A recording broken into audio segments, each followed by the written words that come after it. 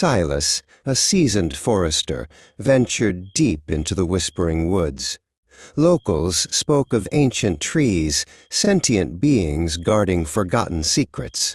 He scoffed at the tales, his scientific mind seeking only rare flora. The sun began its slow descent, painting the canopy in hues of orange and purple, a tranquil end to his day. He set up his camp near a particularly colossal oak, its branches like skeletal arms reaching for the sky. The air grew still, the usual rustle of leaves and chirping of insects fading into an unnatural silence. A shiver, unrelated to the cooling air, ran down his spine. This quiet was different.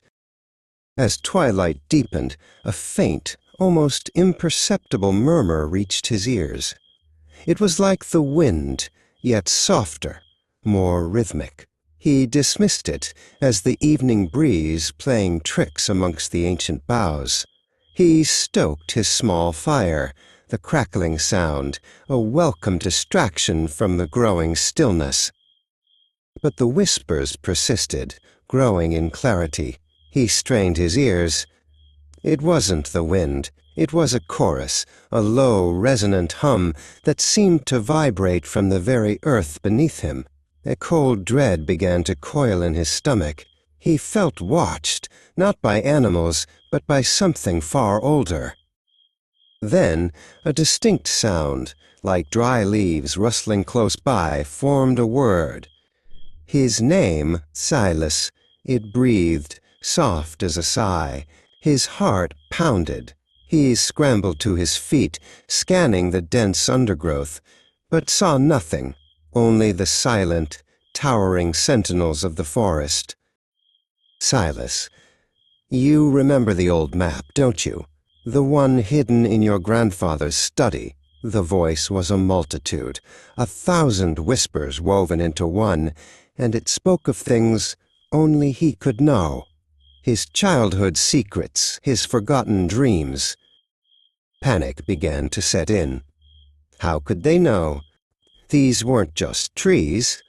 They were ancient minds, connected, observing.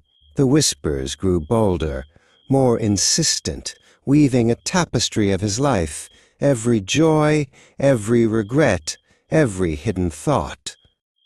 You belong here, Silas. The voices chanted, a low, hypnotic drone. With us. Forever. The command was clear, absolute. A cold, possessive tendril seemed to wrap around his mind, pulling him deeper into the forest's embrace. He fought against it, shaking his head violently. No, he rasped, his voice a feeble protest against the overwhelming chorus.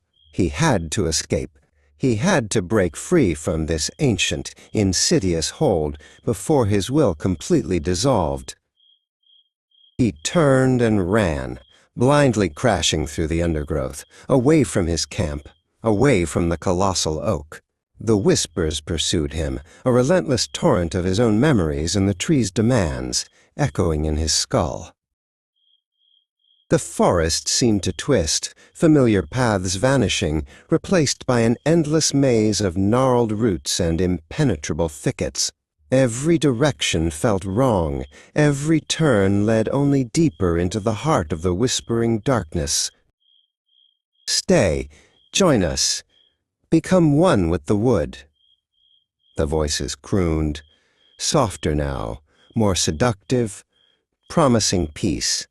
An end to his struggle. He felt his legs growing heavy, his eyelids drooping. The ancient allure was potent. But a flicker of his forester's training ignited. He remembered the old trick. Find the highest point, look for the stars.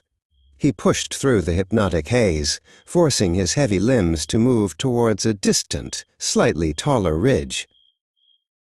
He climbed, scraping his hands, his breath ragged. The whispers intensified, lashing at him like unseen branches, trying to pull him back.